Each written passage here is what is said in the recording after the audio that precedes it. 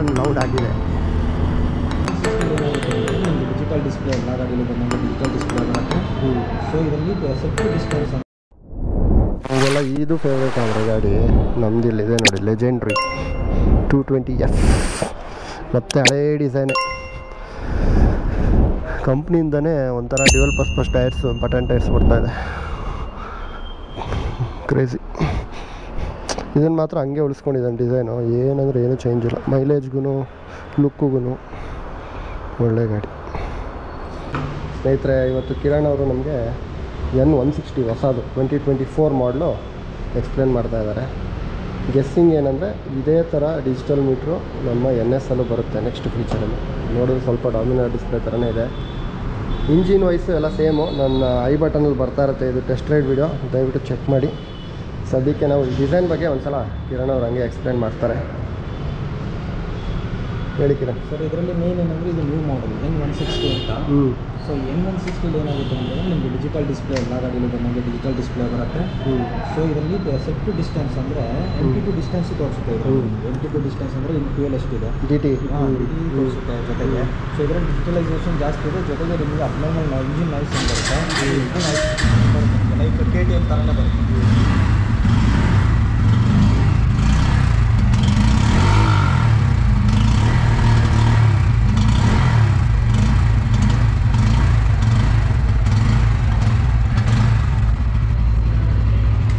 Exhaust under ಬೆಲಿ ಬಂದಿದೆಯಲ್ಲ? ಹಾಂ ಸರ್, ಎಕ್ಸಾಸ್ಟ್ ಅಂಡರ್ ಬೆಲಿ ಬರುತ್ತೆ. ಅಂಡರ್ ಬೆಲಿ ಏನಾಗುತ್ತೆ ಅಂತಂದರೆ ನಿಮಗೆ ಗ್ರೌಂಡ್ ಕ್ಲಿಯರೆನ್ಸು 1.2 mm ಜಾಸ್ತಿನೇ ಕೊಟ್ಟಿದ್ದಾನೆ ನಿಮಗೆ. ಸೊ ಅದರಲ್ಲಿ ನಿಮ್ಗೆ ಏನು ಪ್ಲಸ್ ಪಾಯಿಂಟ್ ಆಗುತ್ತೆ ಅಂತಂದರೆ ವೆಹಿಕಲ್ ಎಲ್ಲೇ ಅಂಶ ಅಬ್ನಾರ್ಮಲ್ ಅಂಶ ಇದ್ದರೂ ನಿಮಗೆ ವೆಹಿಕಲ್ ಟಚ್ ಆಗಲ್ಲ ಗ್ರೌಂಡಲ್ಲಿ. ಸೊ ಯಾಕಂದರೆ ಇದರಲ್ಲಿ ಸೈಲೆನ್ಸರ್ ಡಿಸೈನ್ ಯಾವ ಥರ ಮಾಡಿದ್ದಾರೆ ಅಂದರೆ ಆಲ್ಮೋಸ್ಟ್ ಶಾರ್ಟ್ ಡಿಸೈನ್ ಮಾಡಿದ್ದಾರೆ. NSಗಿಂತ ಸ್ವಲ್ಪ ಕಡಿಮೆ ಬರುತ್ತೆ. ಇದೊಂದು ಬಿಗ್ಗೆಸ್ಟ್ ಚೇಂಜು ಸರ್. ಅಲ್ಲಲ್ಲ, ಇದೊಂದು ದೊಡ್ಡ ಚೇಂಜ್. ಹಾಂ ಹೌದು. ಆ್ಯಕ್ಚುಲಾಗಿ ಇದರಲ್ಲಿ ಏನಾಗುತ್ತೆ ಅಂತಂದರೆ ಸರ್, ಸೈಲೆನ್ಸರೇ ಮೇಯ್ನು. ಸೊ ಸೈಲೆನ್ಸರ್ ನಿಮಗೆ ಇದೆ ಅನ್ನೋದೇ ಕಾಣಿಸಲ್ಲ ನೋಡಿ, ಹುಡುಕ್ಬೇಕಾಗುತ್ತೆ ಸೈಲೆನ್ಸರ್ ಎಲ್ಲಿದೆ. ಹಾಂ, ಹಳೆ NS ಥರ ಈ ಥರ ತೋರಿಸುತ್ತೆ. ಬಟ್ ಇನ್ನೊಂದು ಏನಂದರೆ ಇದರಲ್ಲಿ ಸೊ ಎಂಟರ್ ಸೆಟ್ಟಿಂಗ್ಸ್ ಬರುತ್ತೆ,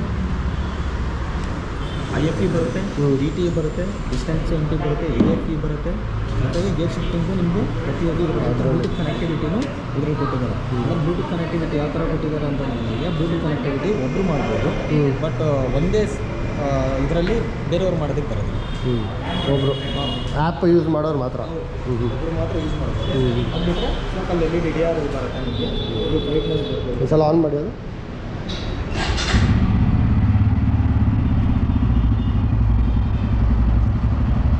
ಇದೆಲ್ಲ ಫ್ರಂಟ್ ಪೋರ್ಷನ್ ಎಲ್ಲ ಸೇಮ್ ಇದೆ.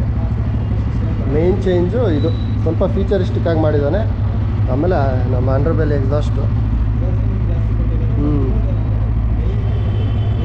ಸಿಸ್ಟಮ್ ಇದೆ, ಅದು ಇನ್ನೂ ತುಂಬ ಸ್ಮೂತ್ ಇದೆ.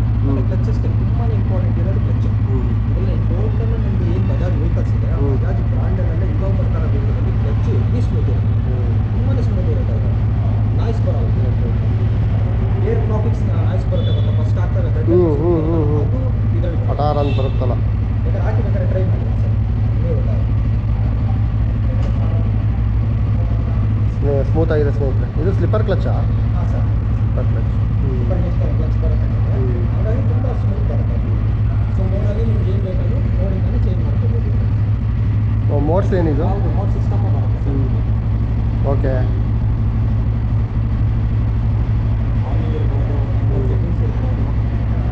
ಇದು ರೈಡ್ ಮಾಡಲ್ಲ. ಓಕೆ, ಇದು ಹೌದು, ಡಿಸ್ಪ್ಲೇ ಚೇಂಜ್ ಮೋಡು ಮತ್ತು ಅದಿಲ್ಲ. ಸೆಟ್ಟಿಂಗಲ್ಲಿ ಮೋಡ್ ಸಿಸ್ಟಮ್ ಬರುತ್ತೆ. ಚೆನ್ನಾಗಿದೆ. ಇದ್ರದ್ದು ಆನ್ ರೋಡ್ ಎಷ್ಟಾಗುತ್ತೆ ಸರ್? ಆನ್ ರೋಡು 1,77,000 ಸಮಥಿಂಗ್ ಬರುತ್ತೆ ಸರ್. 1,77,000. ಇದ್ರಲ್ಲಿ ಕಲರ್ಸು? ಕಲರ್ಸ್ ಇದರಲ್ಲಿ ವೈಟ್ ಬರುತ್ತೆ, ಗ್ರೇ ಬರುತ್ತೆ.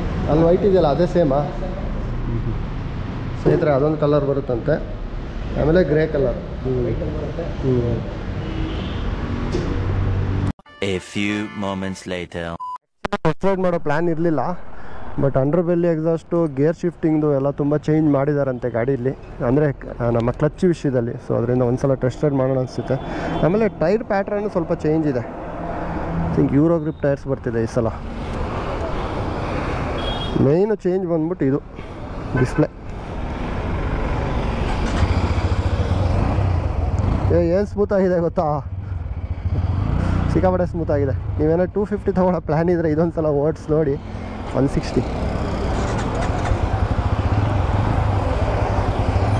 ಒಂಚೂರು ವಿಂಡ್ಶೀಲ್ಡ್ ಹಾಕ್ಸ್ಕೊಂಡ್ರೆ ಸಖತ್ತಾಗಿರುತ್ತೆ. ಗಾಡಿ ಸೌಂಡೇ ತುಂಬ ಚೆನ್ನಾಗಿದೆ ಸ್ನೇಹಿತರೆ.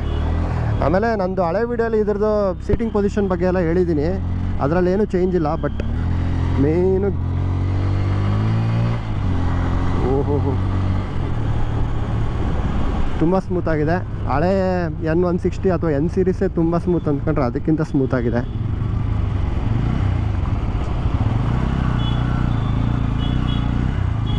ಹೇಳಬೇಕು ಅಂದರೆ ಬಟರ್ ಸ್ಮೂತು ಕ್ಲಚ್ಚು, ಗೇರ್ ಬೀಳೋದೇ ಗೊತ್ತಾಗ್ತಿಲ್ಲ, ಅಷ್ಟು ಸ್ಮೂತಾಗಿದೆ ಗಾಡಿ. ಐ ಡೋಂಟ್ ನೋ ನಿಮಗೆ ಎಕ್ಸಾಸ್ಟ್ ಕೇಳಿಸ್ತಿದ್ಯಾ ಅಂತ, ಬಟ್ ಎಕ್ಸಾಸ್ಟಲ್ಲೂ ಸ್ವಲ್ಪ ಚೇಂಜ್ ಇದೆ. ನೀವೇನಾದರೂ ಕಮ್ಯೂಟ್ ಮಾಡೋಕ್ಕೆ ಡೈಲಿ ತೊಗೋತೀರಾ ಅಂದರೆ N150 ತೊಗೊಳ್ಳಿ. ಸ್ವಲ್ಪ ಟ್ರಿಪ್ ಹೊಡಿತೀರಾ, ಮೈಲೇಜು ಬೇಕು ಅಂತ ಅಂದರೆ N160 ತೊಗೊಳ್ಳಿ. ಇದೊಂಚೂರು ಮಜಾ ಇದೆ ಗಾಡಿ ಓಡ್ಸೋಕ್ಕಷ್ಟೆ.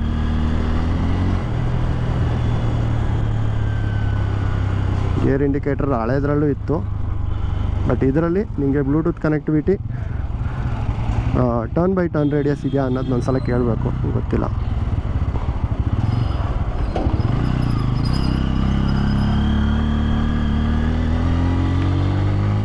ಓಹೋ ಸೌಂಡ್ ನೋಡಿ.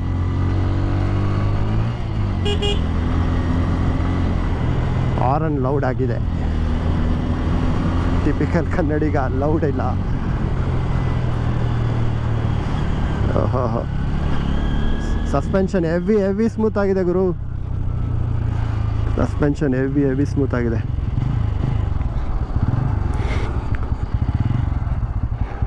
ಟೆಲಿಸ್ಕೋಪಿಕ್ ಇಲ್ಲ ಅಲ್ಲ, ಮಾಮೂಲಿ ಅಲ್ಲ ಕಿರಣ್?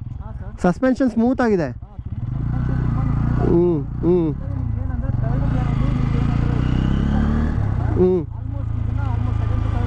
ಹೌದೌದು, ಟಾರ್ಕ್ ಚೆನ್ನಾಗಿದೆ.